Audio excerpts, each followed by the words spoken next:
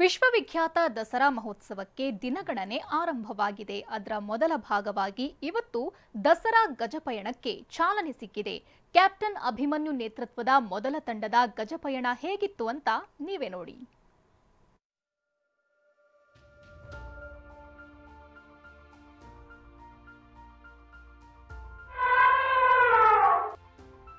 ತಳಿರು ತೋರಣಗಳಿಂದ ಅಲಂಕಾರ, ರಂಗೋಲಿಗಳ ಚಿತ್ತಾರ.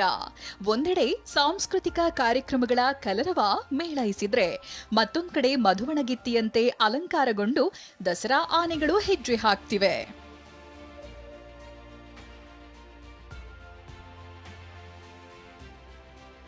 ಇವತ್ತು ಮೈಸೂರು ಜಿಲ್ಲೆ ಹುಣಸೂರು ತಾಲೂಕಿನ ವೀರನಹೊಸಹಳ್ಳಿಯಲ್ಲಿ ಹಬ್ಬದ ವಾತಾವರಣವೇ ನಿರ್ಮಾಣವಾಗಿತ್ತು.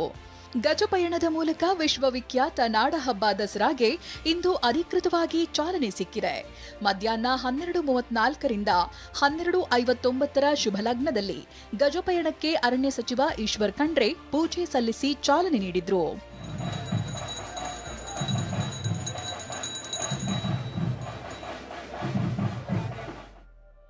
ಕ್ಯಾಪ್ಟನ್ ಅಭಿಮನ್ಯು ನೇತೃತ್ವದಲ್ಲಿ ಇಂದು 9 ಆನೆಗಳನ್ನ ಕಾಡಿನಿಂದ ನಾಡಿಗೆ ಕಳಿಸಲಾಯಿತು.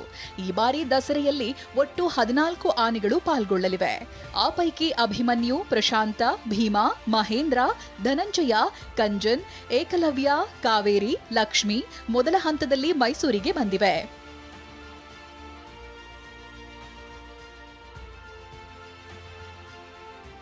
ಸದ್ಯ ಆನೆಗಳು ಮೈಸೂರಿನ ಅಶೋಕಪುರಂ ಅರಣ್ಯ ಭವನಕ್ಕೆ ತಲುಪಿದ್ದು ಹಿರಿಯ ಅರಣ್ಯಾಧಿಕಾರಿಗಳು ಸ್ವಾಗತಿಸಿದ್ದಾರೆ.